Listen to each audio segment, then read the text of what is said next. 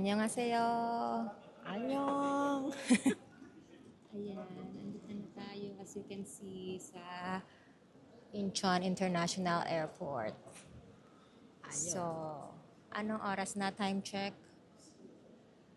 Ang tagal ng time check ko. 6:18. Sa kanila. So, maaga pa tayo. Kasi 5:18 pa lang sa atin. nagland tayo ng 5:20. Supposed to be 6 o'clock. So, maaga pa. Ngayon, pupunta tayo sa train. Dun sa all-stop train. Dun sa pinakatipid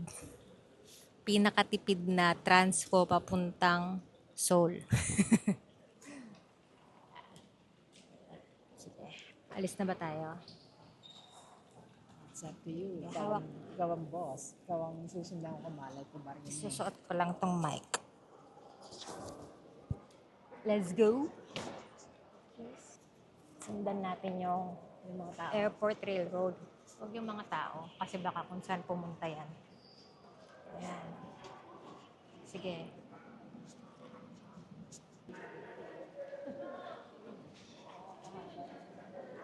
Dito yung pagbibili kayo ng bus ticket. Dito. Bus.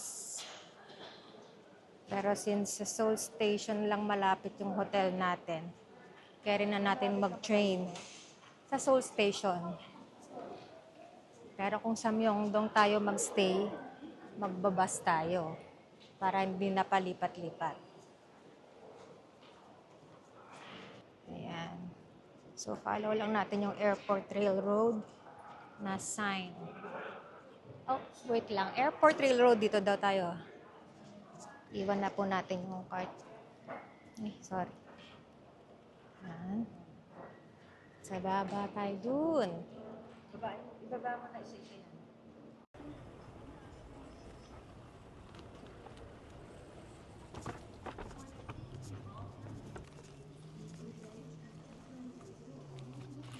Sige, diretso lang. Ito tayo sa Airport Railroad. Pero hindi sa Arex. Doon tayo sa all-stop train. Hindi naman tayo nagmamadali. So, from Incheon, pupunta kayo ng Seoul Center. May 3 or 4 na ways. Pwedeng bus, taxi,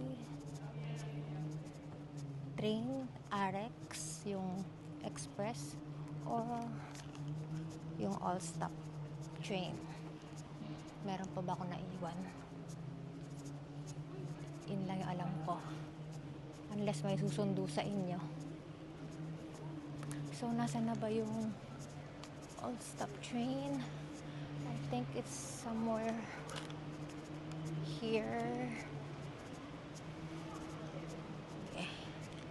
Balikan ko kayo. Ayun, ito na yung I think bilihan ng ticket. Asan na yung nanay ko nawawala? Okay.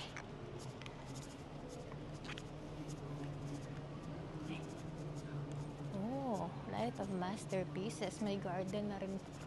May museum palang magbubukas dito.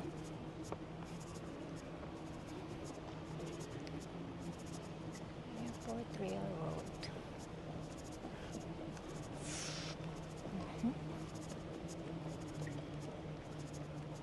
Dito yata yung museum entrance pag na-open na.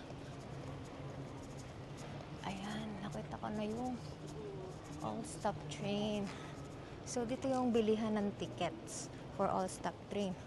Pero since may T-money na tayo, hindi na tayo bibili. May load na yung T-money natin. Okay. So, sa kabila, if nag-Arex kayo, mas mabilis. Doon yun sa kabila, yung orange. Dito tayo sa all-stop train. Okay ka lang? Ayan. Sige. Lulusot muna kami dito. 6:40 ba ang start? Ano oras na ba?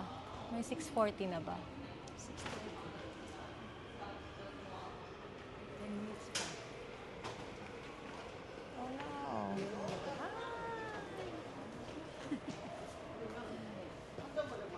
Ayan na. Huli ko kanyang luggage sa Pasok sila. Ay, ito yata pala. May schedule dito. Hinihintay ko sa TV.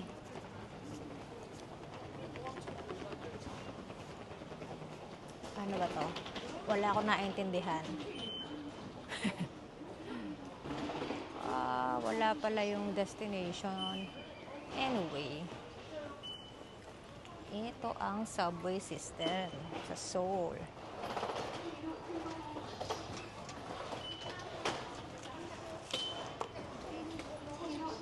Sige, pasok na tayo.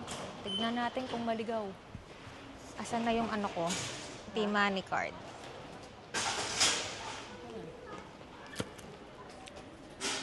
Ayan. Tignan na natin yung T-Money card natin.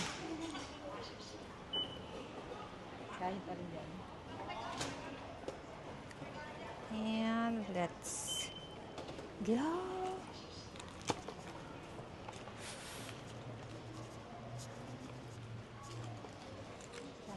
Kahit saan. Sige, ikaw muna. Ay, mali. Sa kabila. Yung tinap mo eh.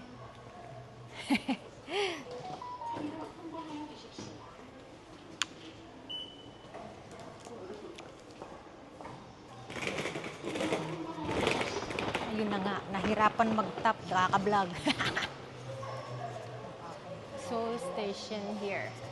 So, tigil ko na muna tong pagbablog bilang hindi na ako makakilos. Dami kong hawak.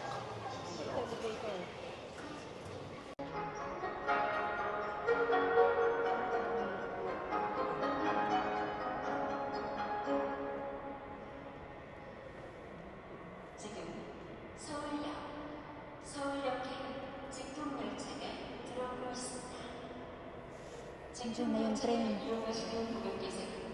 First time kong mag-all-stop train from Incheon.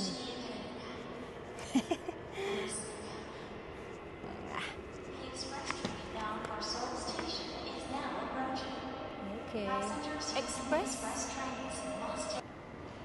Yan, malalaman naman natin kung RX or all-stop. Depende sa upuan sa loob. Yan yung Seoul Station exit 15. Diyan kami lumabas. And then, tumawid lang kami papunta dito sa side na to. So, since hindi pa kami pwede mag-check-in, 3 o'clock pa, dito muna kami tambay sa labas. And then, mamayang 11, meron tayong 11 a.m. may activity tayo gagawin. So, umorder kami ng ito, pakita ko sa inyo. Ano man tawag dito? Ito yung order namin. Against the light. Pizza bread. And ang cute na espresso. Kaya naman, umorder ulit siya ng kape. Sa kagustuhang magtipid. Akala nakatipid siya dun. Napakaliit naman pala. Espresso shot lang siya. As ayan. So, actually malamig sa labas. Pero tignan mo yung lagas na yung mga puno. Ayan. So, Yuja apple tea pala to. Yuja apple tea. Ayan. Focal point. Nandito tayo. I-focus mo ang focal point.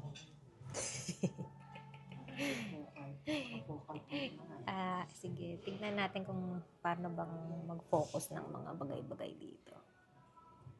Alright. Ayan. O, sige nga, tikman mo na nga yung pizza natin kung bonggang masarap pa yan. So, yan. Naghihintay lang kami ng oras ngayon. Mamaya may pupuntahan tayo. Gusto mo bang ikwento yung sa airplane? Wala siya. Yun sa airplane. Wala nang bumabata ay sumakay tayo.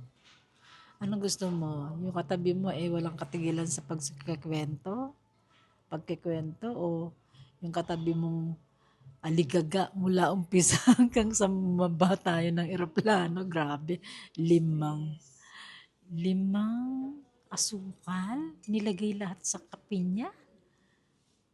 Tapos, umorder pa uli.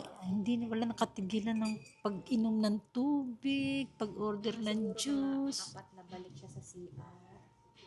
Buong trip namin, 4 na oras. Gusto ko matulog, tapos hindi ko maano dahil parang nakakatakyot.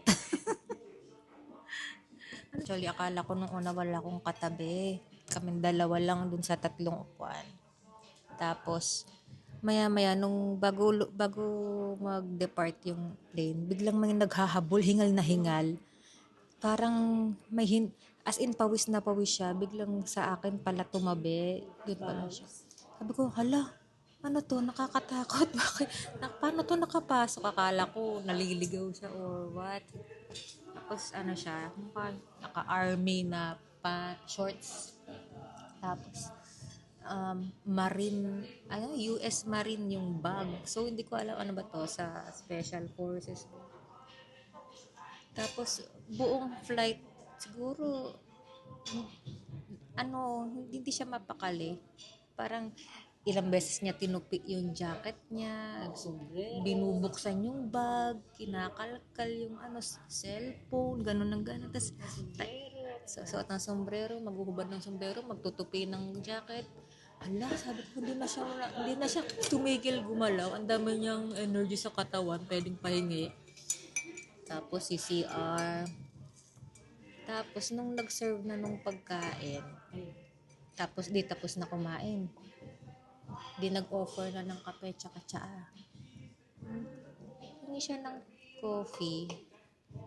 Tapos may extrang asukal, yung nakapack, asukal creamer tsaka stirrer. Humingi siya, siguro mga 7 binigay sa kanya, 5 o 7, ganyan. Nilagay niya lahat sa kape. Kaya naman pala daming energy. Puro asukal ang kinain ni kuya. Ayun, pero hindi naman siya nang gugulo sa amin.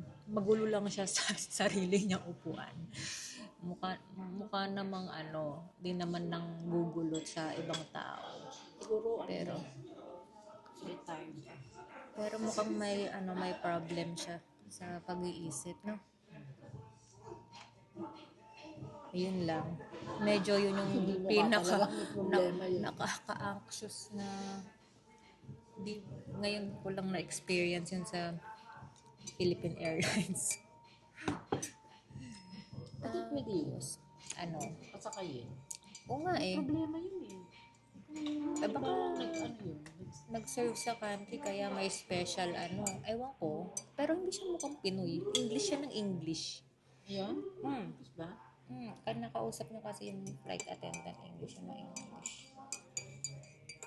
Tapos, yun nga, sumakay kami nung all-stop train. Ang tagal. Mahigit 1 oras din ang biyahe papunta dito mula Incheon hanggang Seoul. Proper. Tapos, okay lang naman kasi di naman nagmamadali. May na-meet akong Pinay. Papunta pala siyang sa train. Dapat talaga nagiging friends. Pero yung sa plane, hindi ko naging friend yun. Ayan, kainin mo muna yung pizza. Yun, papunta pala siyang Jeju. Tapos, bumaba na siya dun sa Gimpo Airport. Kasi, lilipad pa yun ng airplane, domestic. Papuntang Jeju-do. Bibisitahin daw niya yung ate niya. Nakipagkit ko. Ang dami ko nang nalaman tungkol sa kanya. Taga-Samar siya. Pero nakatira siya sa Lawag. Galing pa siya ng Lawag. Friendly naman siya. Kasi, pa lang natin. So, tinanong na agad niya kung Pilipino po. Pinay kayo? Sabi ko, ano yayo?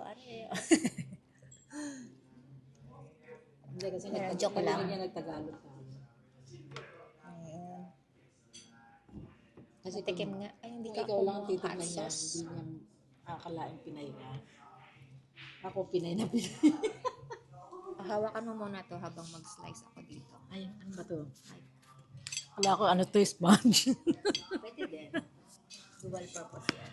Ano pa ba? Kailangan pang hawak-hawak to. Di ba pwedeng Pwede mo namang ilagay na lang natin dito sa gitna? kasi tinatamad akong Yan. ang layo. Malayo ba yan? O dito, baka malaglagan ng ano eh. Pwede naman natin i-set up dalawang mic. Kaso, Yan. natamad ako. Ayan, mag-sunbathing na tayo. Ang init. Para tayong ano nga, kala mo ang puti ko ha. Siyempre, tumapat tayo sa araw. Bunga-bunga.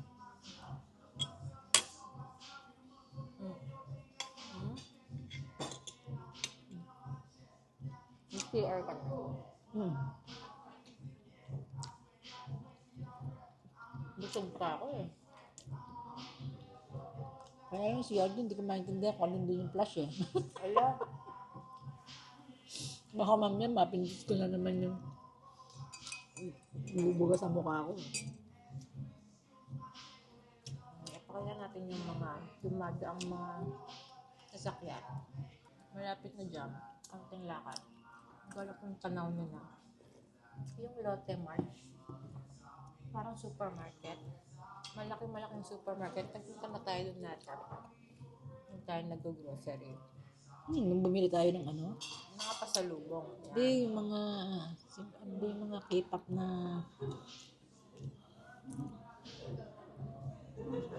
tinignan natin noon.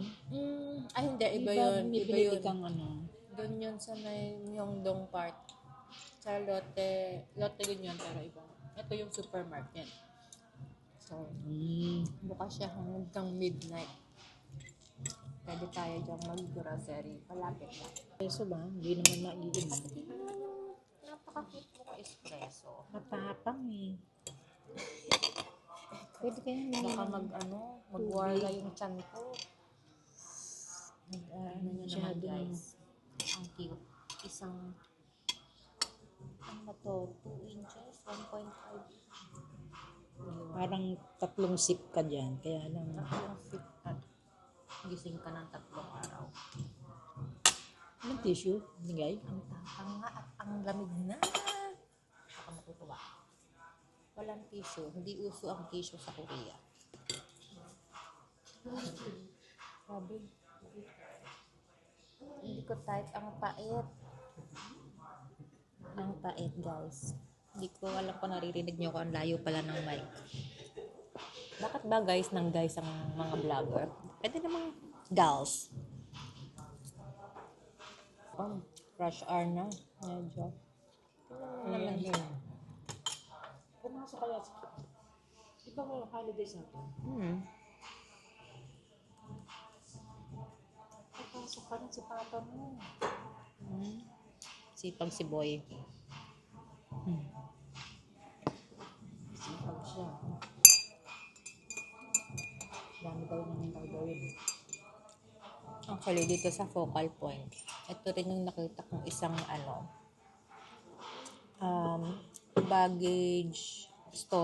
luggage storage. So, dun sa isang app, ano ang app yun? Basta nag-book ako ng luggage storage dito. Pwede kayong imbis na sa Seoul Station nyo iwan yung mga luggage.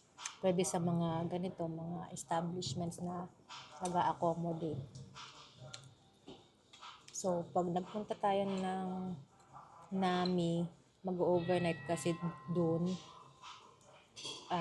iiwan muna dito, mag-check out and then iiwan muna yung luggage dito. Dito rin sa coffee shop nito. Galing ba?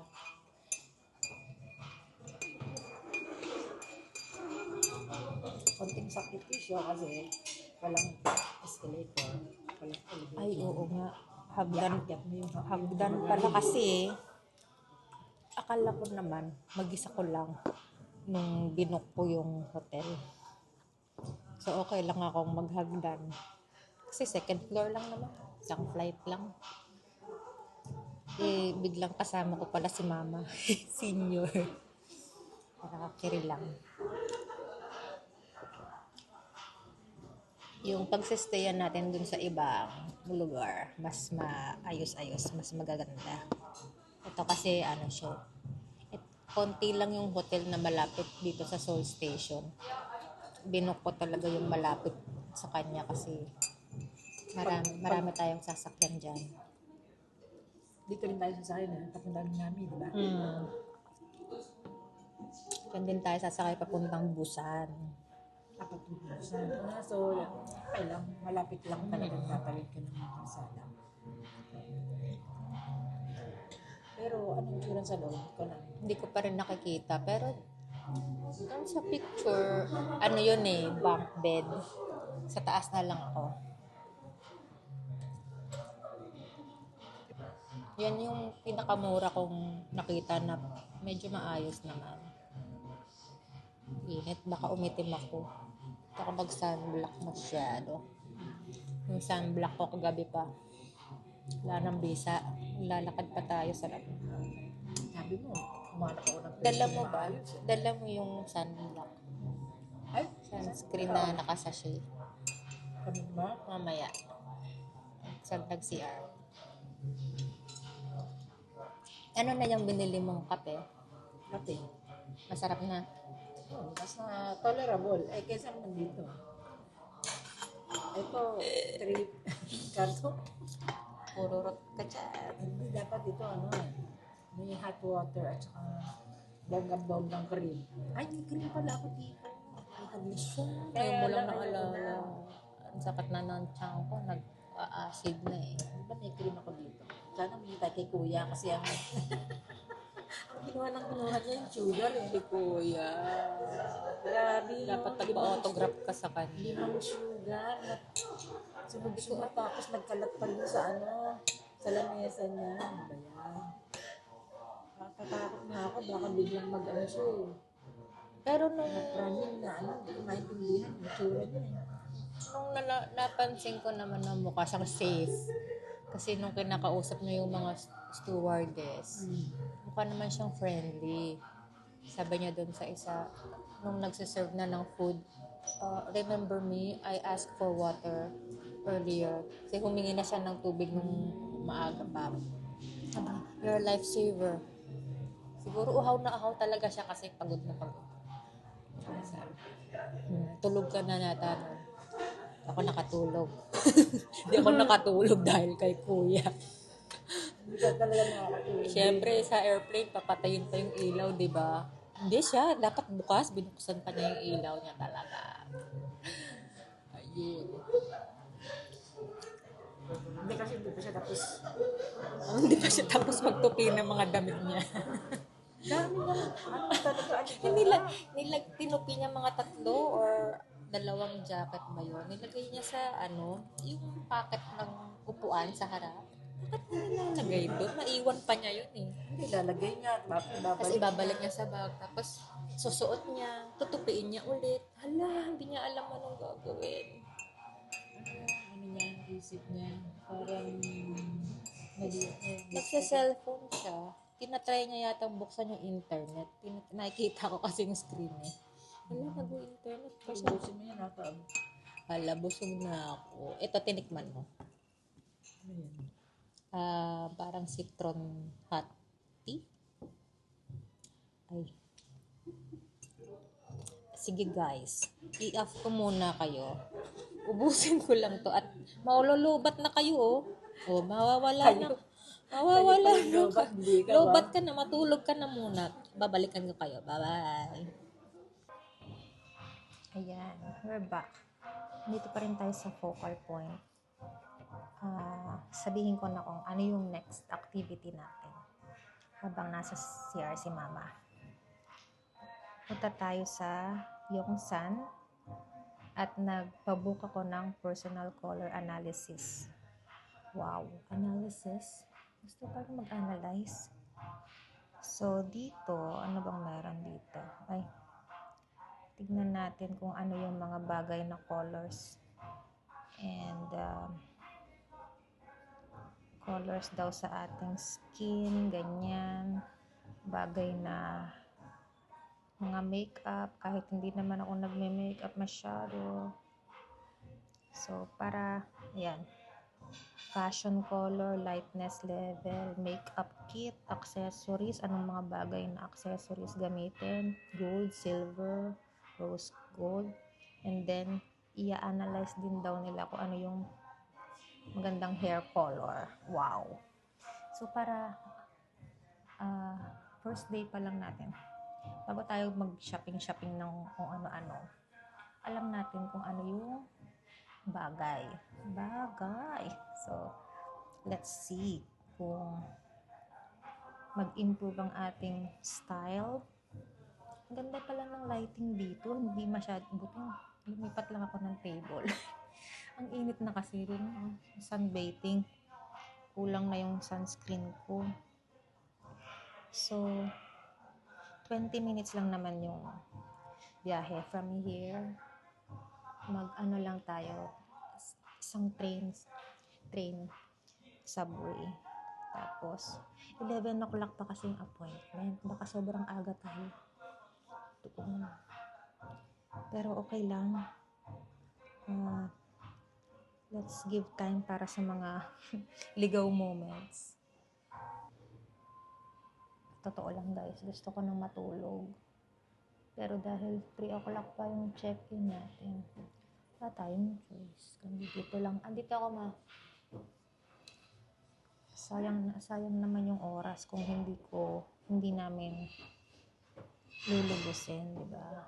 So, siya. Dito pala.